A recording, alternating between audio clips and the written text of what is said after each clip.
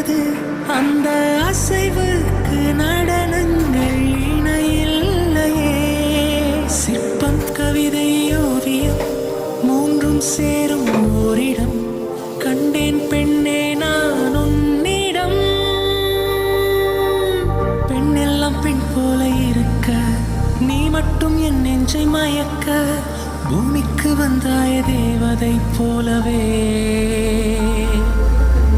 அடடா பிரம்மன் புத்திசாலி, அவனை விட நான் அதிர்ஷ்டசாலியோ.